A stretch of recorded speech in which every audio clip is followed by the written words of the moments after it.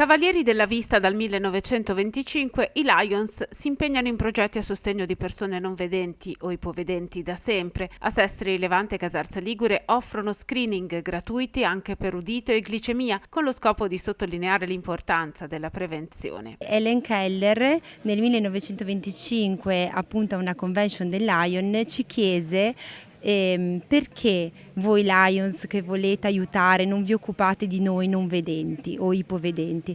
Così abbiamo sposato questa grande causa che portiamo avanti.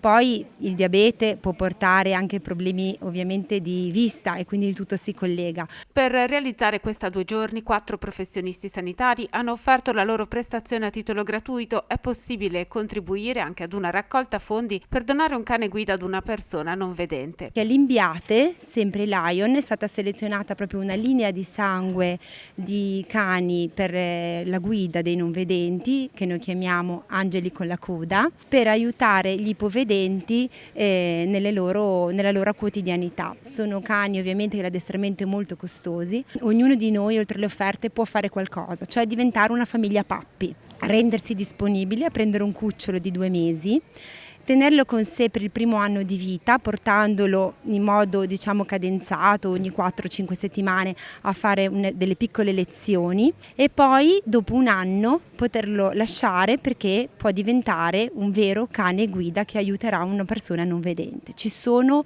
molte più persone in lista d'attesa che cani pronti per aiutare, quindi è una grande mission. Tanti sono i progetti in rampa di lancio. Abbiamo adottato degli ulivi a Isola di Borgonovo e da questi ulivi di un uliveto che era in stato di degrado, quindi di riqualificazione.